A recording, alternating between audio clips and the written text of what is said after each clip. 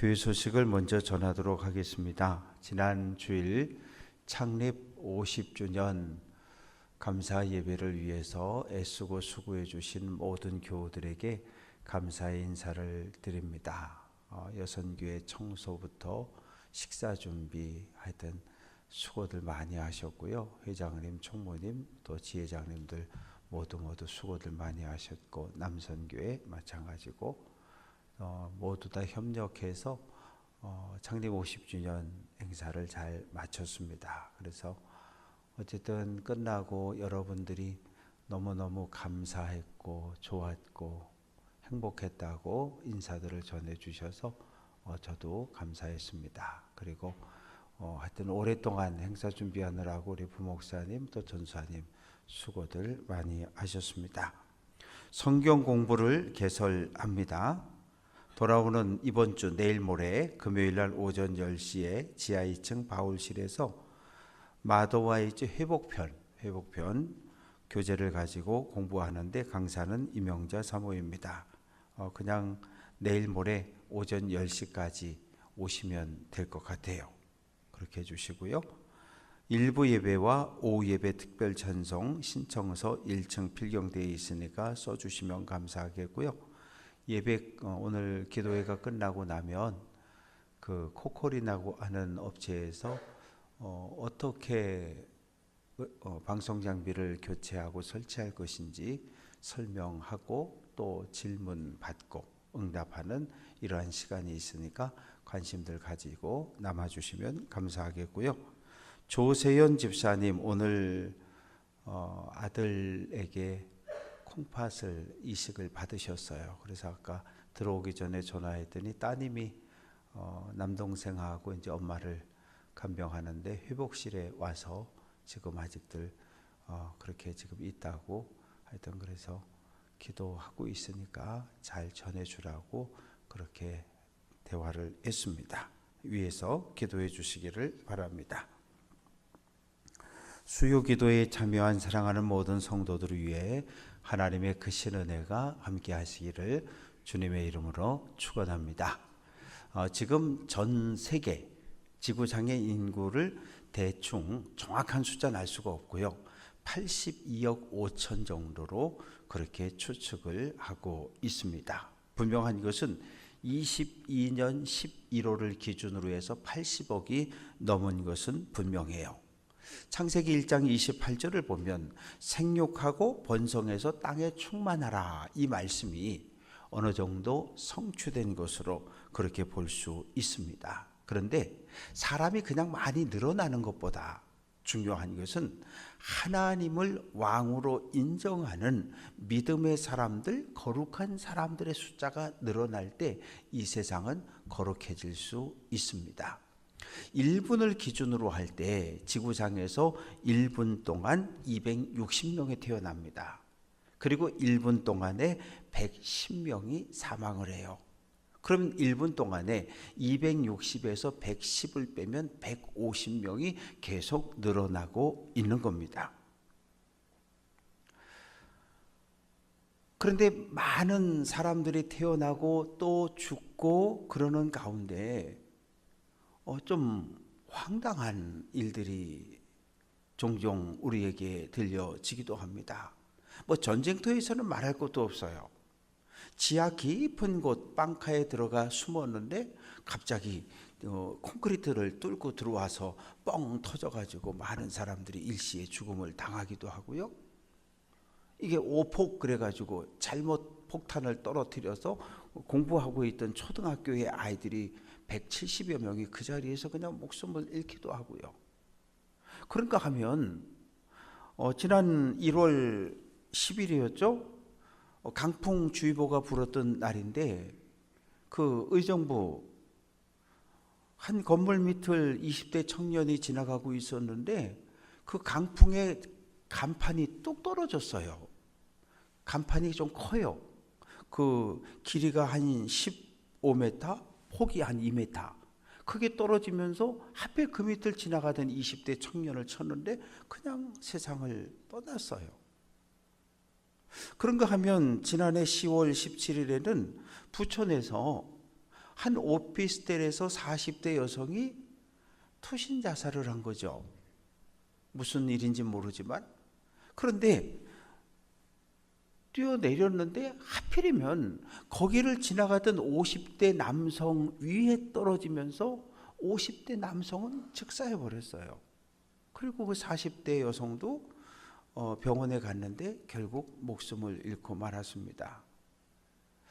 그냥 지나간 것뿐이에요. 바람이 불었고 간판이 떨어졌고 그냥 지나간 것뿐이에요. 하필이면 투신자살하는 여성이 내 머리 위에 떨어질 거라고는 어느 누구도 예측하지 않는 거죠. 10초, 20초, 30초 전에만 내가 죽을 거라는 것을 알았다고 한다면 뛰어갔든지 안 갔든지 얼마든지 죽음을 피할 수 있을 텐데, 우리는 우리 가운데 어느 누구도 죽음을 예측할 수 없어요. 누가복음 12장에 보면 한 부자가 나옵니다. 농사를 졌는데 정말 어마어마한 풍성한 수확을 거둔 거예요. 걱정이 생겼어요. 와, 저 많은 거를 탈곡해서 쌓아둘 창고가 없는 거예요. 그래서 뭐라 그럽니까?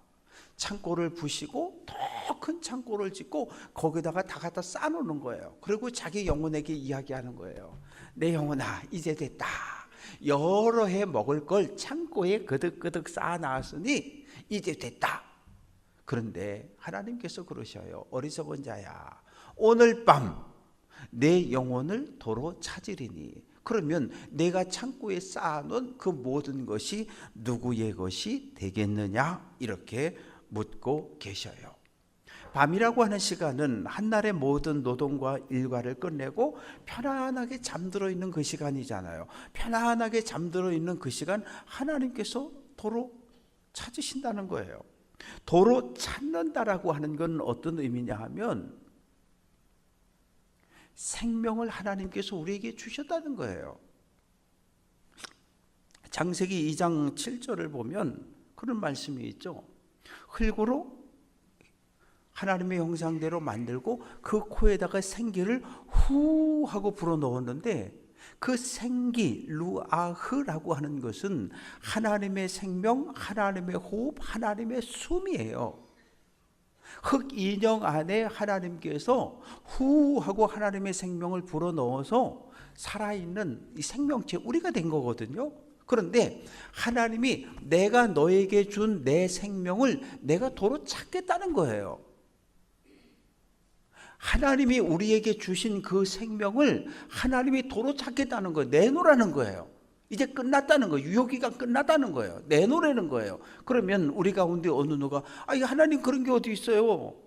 하나님이 준 건 맞지만 이거 내 생명인데 왜 내 생명을 하나님이 달라고 그러세요? 내 인생의 주인은 난데 하나님이 왜 달라고 그러세요?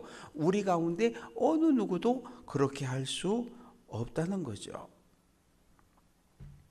에덴 동산에서 행복하게 살고 있던 아담과 하와에게 죽음이 찾아옵니다. 부족함이 없는데 왜 죽음이 찾아왔을까요? 하나님의 말씀을 불순종했기 때문에 그래요. 하나님의 말씀에 불순종하는 것을 성경은 죄라고 이야기합니다. 로마서 6장 23절 같이 한번 해볼까요? 죄의 삭은 사망이라. 하나님의 말씀대로 살아야 돼요. 우리는 왜? 하나님의 생명이 우리 안에 있기 때문에. 하나님의 생명을 받은 우리는 하나님의 말씀에 순종하며 살아야 되는데, 하나님의 말씀을 따르지 않는 것, 이것을 성경은 죄라고 이야기하는 거예요. 히브리어로 하타라고 하는 것은 빗나갔다는 이야기예요. 이 양궁하는 사람들이 여기서 관역을 향해서 화살을 쏘잖아요. 그러면 이 화살이 정상적으로 관역에 떨어져야 되는 거예요. 관역을 맞춰야 되는 거예요. 10점이든 빵점이든. 그런데 관역까지 가지 못한 그 화살은 어디에 떨어져요? 땅에 떨어지는 거예요. 하나님께서 우리에게 관역, 목적지를 딱 정해주셨는데 우리의 인생이 그 관역을 꽝 하고 때리지 못하면 우리 인생은 어떻게 되는 거예요? 땅에 떨어져 버리는 거예요. 땅이라고 하는 건 무엇입니까? 아담아, 흙, 땅은 아담아예요.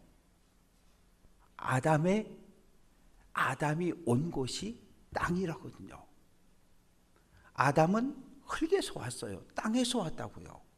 하나님의 말씀에 불순종하고 목적지를 잃어버리게 되면 어디로 간다고요? 하나님의 나라가 아니라 땅으로 돌아가는 거예요. 땅으로 돌아가는 거예요. 문제는 무엇입니까? 단순하게 그냥 하나님의 말씀을 열리 듣고 열리 흘려버리는 것, 이거 안 되는 거예요. 우리가 아침부터 이렇게 가서 학교든 직장이든 출근을 하고 한 달 일을 하면 월급이 따박따박 들어오는 거예요. 그런데 우리가 죄에게 순종을 하고 죄의 말을 열심히 들으면 죄가 우리에게 봉급을 주는데 죽음이라는 봉급을 주는 거예요. 하나님의 말씀에 순종할 땐 영생이라고 하는 선물이 우리에게 주어지는데, 하나님의 말씀에 불순종하고 죄에 열심히 땀 흘려 순종하면 우리에게 주어지는 봉급이 있는데 그것은 죽음입니다.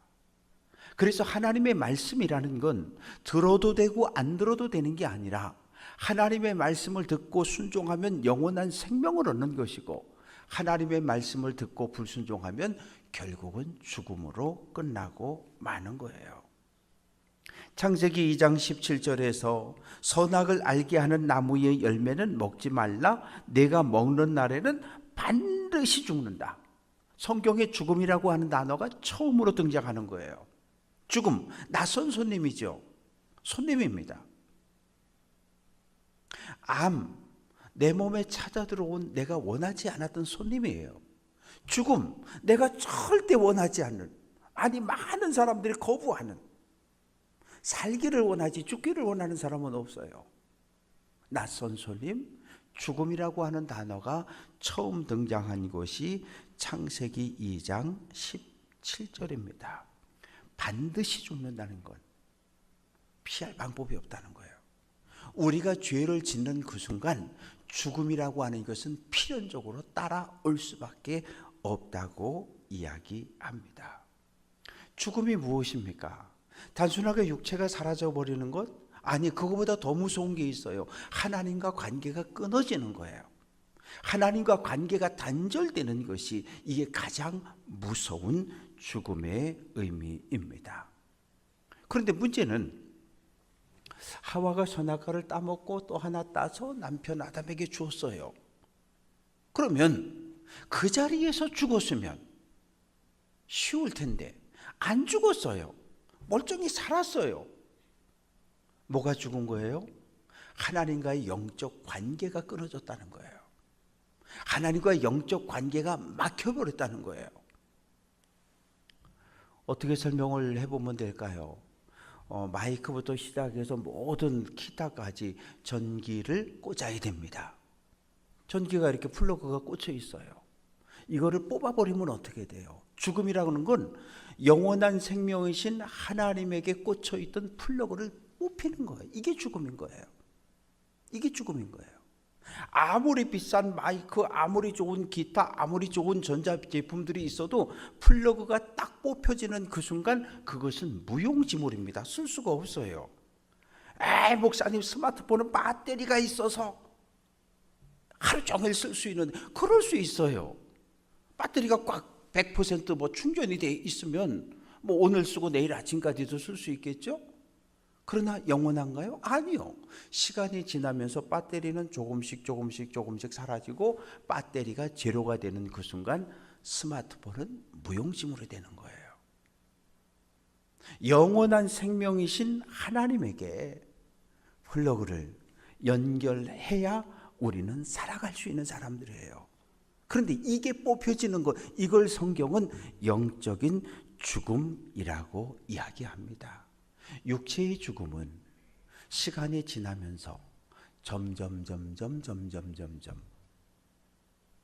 나이 들고 병 들고 그렇게 해서 죽는 것을 육체적인 죽음이라고 이야기를 합니다. 반드시 죽는다는 거예요. 하나님은 우리의 최후의 선택을 존중하시는 분이에요. 왜요? 우리한테 자유의지를 주셨거든요. 끝까지 하나님을 내 인생의 왕으로 인정 안 하고 그렇게 살아도 돼요. 하나님은 우리의 마지막 선택을 존중하시는 분이셔요. 우리가 무엇을 선택하느냐에 따라서 하나님은 존중하셔요. 하나님을 원망했다가 불뱀에 물렸어요. 열이 펄펄 나고 정신이 희미해져 가요. 그런데 장대 위에 노뱀을 만들었어요. 불뱀에 물린 사람마다 노뱀을 쳐다봐라, 그러면 산다. 하나님의 말씀이잖아요. 하나님의 말씀을 들었으면 순종하면 돼요. 나 불뱀에 물렸지? 쳐다보면 돼요. 쳐다본 사람은 살았어요. 그런데 에이, 불뱀에 물렸는데 열이 펄펄 나고 독사에 물렸는데 어떻게 살아? 난 죽었어. 그냥 땅바닥에 엎드려 있는 사람은 그대로 죽는 거예요. 하나님의 말씀과 내 생각 사이에 무엇을 선택할 것인가? 우리는 매 순간 결정을 해야 돼요. 아담의 문제는 무엇입니까? 하나님의 말씀을 들었는데 하나님의 말씀에 순종하지 않았어요. 누구 말에 순종을 했어요? 아내 하와의 말을 듣고 하와의 말에 순종을 해버렸어요. 아내를 사랑해야죠. 당연히 아내를 사랑해야죠. 그러나 아내의 말이 하나님의 말씀과 충돌될 땐 끊어야 하는 거예요. 아닌 건 아니라고 이야기할 수 있어야 되는 거예요. 아내를 사랑하고 남편을 사랑하는 것은 마땅하지만 아내의 말이, 남편의 말이 하나님의 말씀과 충돌을 일으킬 땐 아닙니다 라고 말할 수 있어야 해요. 왜? 안 그러면 어떻게 돼요? 아담의 말을 듣고 하와도 따먹고 함께 죽는 거예요. 사도행전에 보면 초대교회에서 아나니아와 삽비라가 잘 맞았어요. 부부관계가 참 좋았어요. 여보, 우리도 바나바처럼 땅 팔아서 교회 갖다 내자. 좋다. 땅 팔았어요. 은을 들고 있어요. 갑자기 누군가 그랬겠죠. 여보, 다음 달에 아들 장가 보내야 되는데 좀 떼놓고 가야 되지 않을까? 그러자. 반 떼놨어요. 그리고 갔어요. 땅 팔아서 가져왔습니다. 이게 다냐? 사실은요, 아들 장가 보내려고 반 떼놓고 반만 가져왔어요. 그러면 돼요.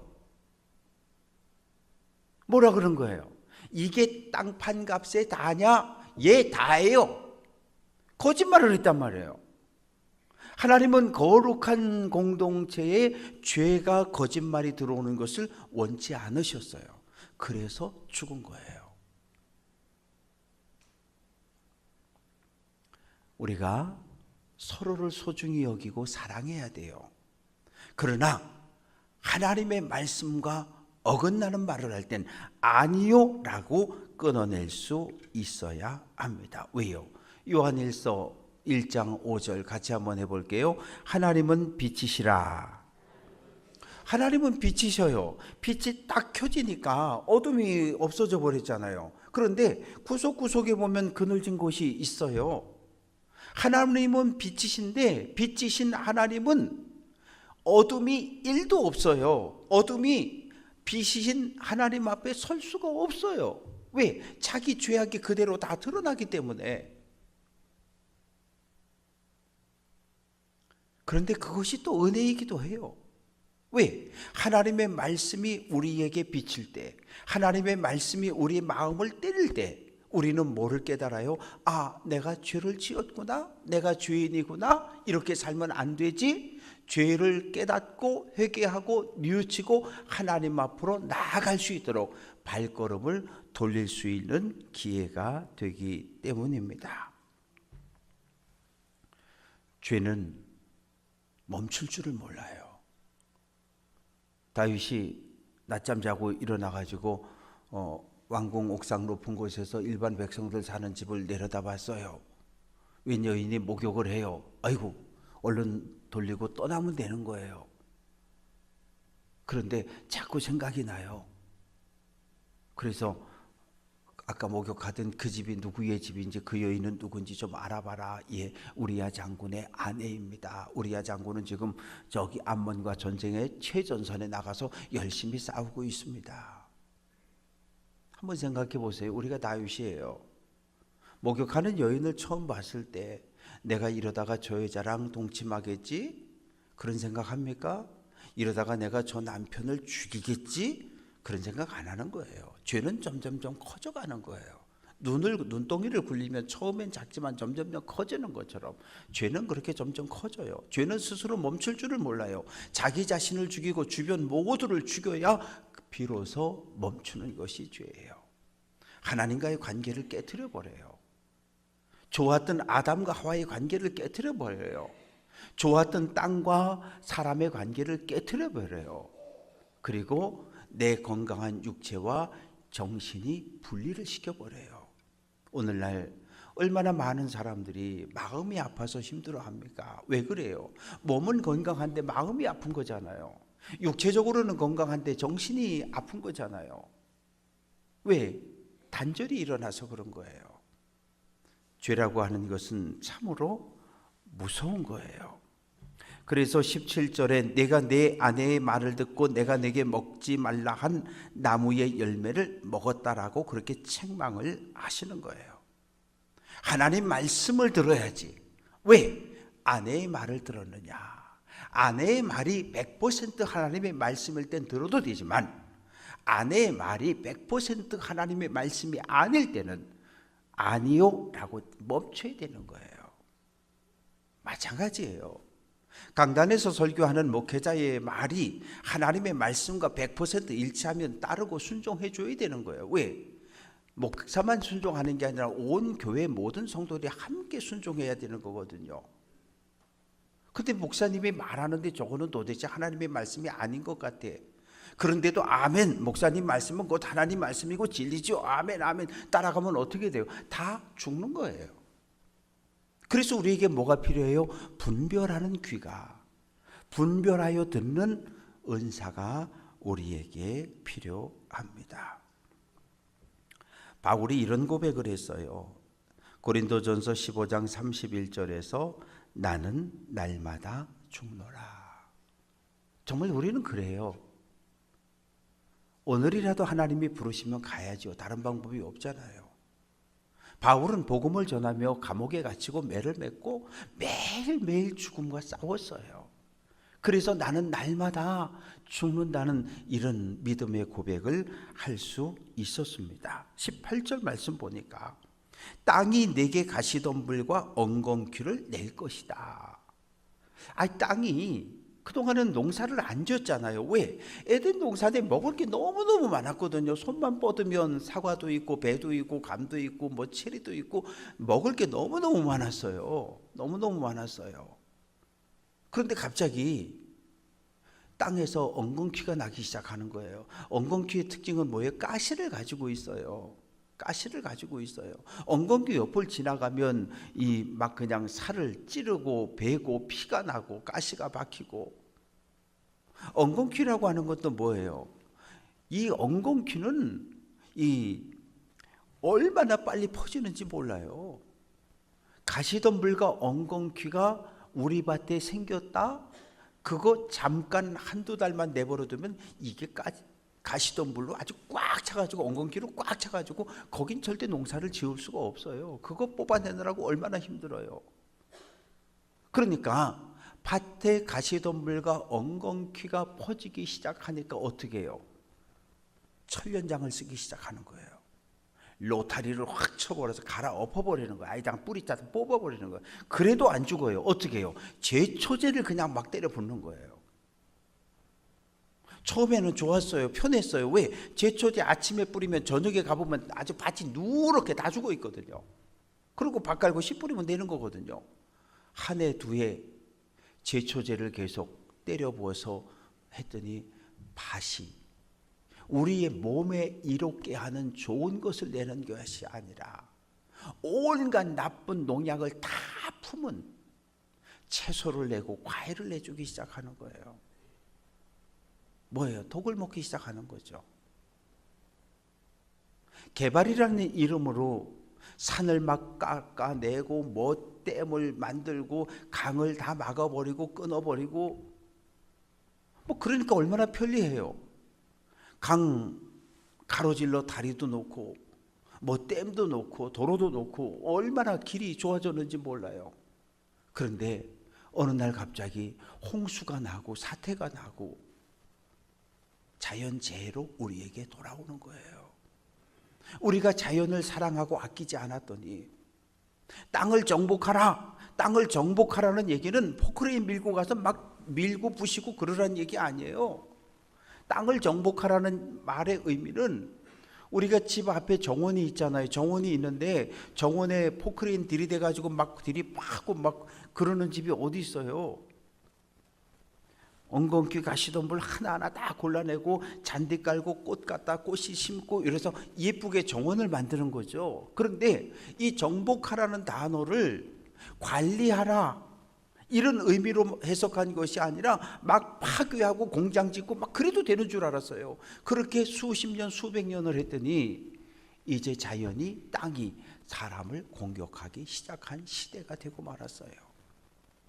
내가 그런 건 아니지만 우리보다 앞서 살았던 사람들이, 또 오늘 우리도 마찬가지죠. 환경을 우리가 오늘 관리를 잘 해주지 않으면 앞으로 다음 세대, 그 다음 세대 되면 우리가 버린 농약, 우리가 잘못한 일로 인해서 후손들이 또 그 고통을 똑같이 당할 수밖에 없습니다. 19절, 너는 흙이니 흙으로 돌아가라. 흙으로 돌아가는 거예요. 우리는 흙에서 왔어요. 그래서 흙으로 가는 거예요. 그래서 요즘은 화장을 많이 하니까 화장을 통해서 제로 티끌로 돌아갑니다라고 선거하지만 예전에는 학원할 때 취토하면서 뭐 했어요? 흙에서 왔으니 흙으로 돌아갈지어다 그러면서 흙을 뿌렸잖아요. 왜? 우리의 육체는 흙에서 왔거든요. 우리의 몸은 흙에서 왔거든요. 그래서 흙으로 가는 거예요. 하나님께서 우리 안에 불어넣으신 생명은 어디로? 하나님께로 돌아가는 거예요. 원래의 자리로 가는 걸, 그걸 성경은 죽음이라고 이야기하는 거예요.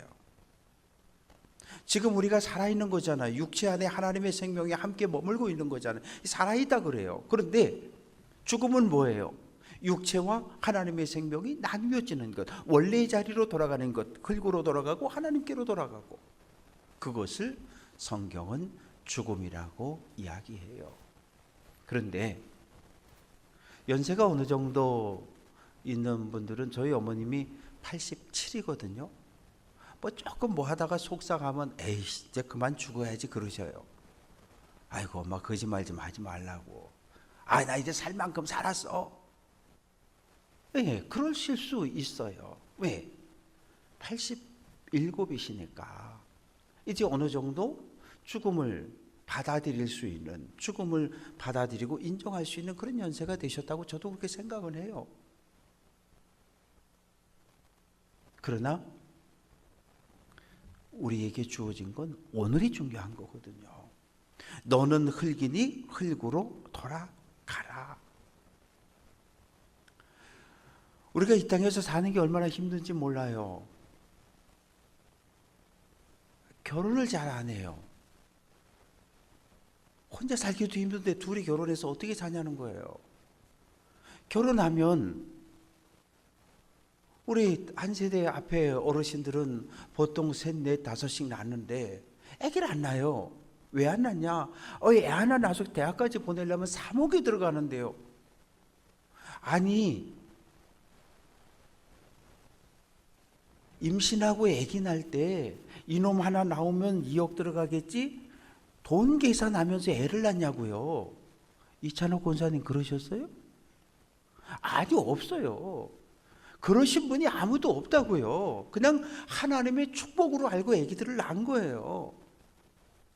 하나님이 주신 은혜인 줄 알고 하나님의 선물인 줄 알고 낳았고, 그렇게 최선을 다해서 양육했고, 부모 세대는 먹지 못하고 어려우면서도 자식들은 먹였고 가르쳤어요. 내가 못 배웠으니까 고등학교까지는, 대학교는 가르친다는 것이 부모들의 생각이었거든요. 그런데 지금 정말 고생 한번 해보지 않고 나고 자란 20대 30대는 말만 하면 돈 그래요. 이만큼 우리가 사는 것이 참 어려운 세상이 되어 버렸어요. 내가 흙으로 돌아갈 때까지 얼굴에 땀을 흘려야 먹을 것을 먹는다. 이 땀을 흘리는 건 노동이잖아요. 그런데 노동도 좀 즐거워야 되잖아요. 그런데 지금 젊은 사람들에게 노동은 즐거움이 아닌 거예요. 날마다 목숨을 걸어야 되는 일인 거예요. 왜? 집을 사야 되고 차를 사야 되고 애를 좋은 학원에 보내야 되고 그러려면 많은 수입이 필요한데 이 수입은 하나만 갖고 안 되니까 투잡을 하는 거고 혼자 벌면 안 되니까 둘이 벌어야 되는 거고 제가 초등학교, 중학교 다닐 때 돌아보면 부부가 나가서 일하는 집은 거의 없었던 것 같아요. 그냥 아버지 한 분이 나가서 일해서 벌어오면 그거 가지고 먹고 살았어요. 근데 지금 20대, 30대 결혼한 사람들은 어때요? 혼자 버는 사람이 있어요? 아니요. 거의 99% 둘이 나가서 둘이 봅니다. 그런데도 사는 것이 부모 세대보다 힘들다 그래요. 정말 코끝에 땀이 맺힐 정도로 그렇게 정말 열심히 살아가는 것이 힘들다고 하소연들을 합니다. 우리는 흙으로 돌아갈 사람들이에요. 이것을 기억하면 되는 거예요. 흙으로 언젠가는 돌아간다는 거예요. 땅이라고 하는 것은 우리에게 생명을 주는 아주 귀한 곳이었어요.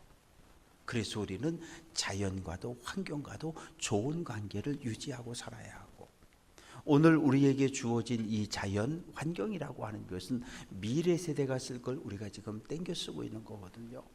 우리가 잘 사용하고 잘 관리해서 후손들에게 더 좋은 환경을 물려주는 것, 그것도 하나님의 뜻입니다.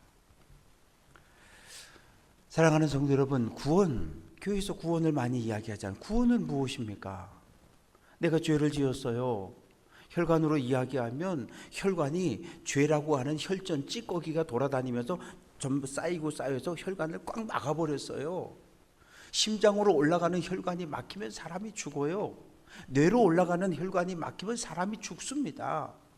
그게 영적인 죽음이에요. 하나님과의 관계 단절이에요. 기도해도 기도가 올라가지 않고 하나님의 응답을 들을 수가 없고, 그리고 영원한 생명 되시는 하나님에게서 플러그는 뽑혀져 버렸고 내 스스로는 아무것도 할 수 없는 이런 무력함의 상태. 그런데 구원받았다라고 하는 것은 예수님께서 십자가를 통해서 나와 영원한 생명이신 하나님과의 이 떨어진 이 거리, 플러그가 뽑혀서 이만큼 거리가 떨어졌는데 이 거리를 십자가로 연결해 주신 거예요. 그래서 하나님과 하나님의 생명이 예수 그리스도의 십자가를 통해서 다시 우리에게 이어져서 우리가 새로운 생명을 회복하는 것, 하나님의 생명을 다시 받아 누리는 것, 이것을 성경은 구원이라고 이야기합니다. 그러면 적어도 우리는 구원받았다고 이야기하는 사람들이잖아요. 여러분 구원받았습니까? 아멘 다 그러잖아요. 나 구원받았다, 너 구원받았다, 우린 서로 그렇게 칭찬하잖아요. 그러면 중요한 건 뭐예요? 하나님과의 생명이 예수 그리스도를 통해서 다시 연결됐어요. 하나님의 생명이 예수 그리스도를 통해서 우리 안에 흘러 넘쳐요. 그러면 우리 누구 말 듣고 살아야 돼요? 하나님 말씀을 듣고 살아야 되는 거예요. 하나님 말씀에 순종하고 살아야 되는 거예요. 이제 다시 충전이 다 됐어. 또 내가 내 인생 내 맘대로, 내 인생 내 거니까 내 맘대로 살겠다고 그러면 어떻게 돼요? 또 관계가 절단되고 또 끊어지는 거예요. 예수 그리스도의 십자가로 구원 얻은 것을 감사하고 하나님의 생명을 소중히 여기며 믿음의 길을 달려갈 수 있는 귀한 성도들 될 수 있기를 주님의 이름으로 축원합니다.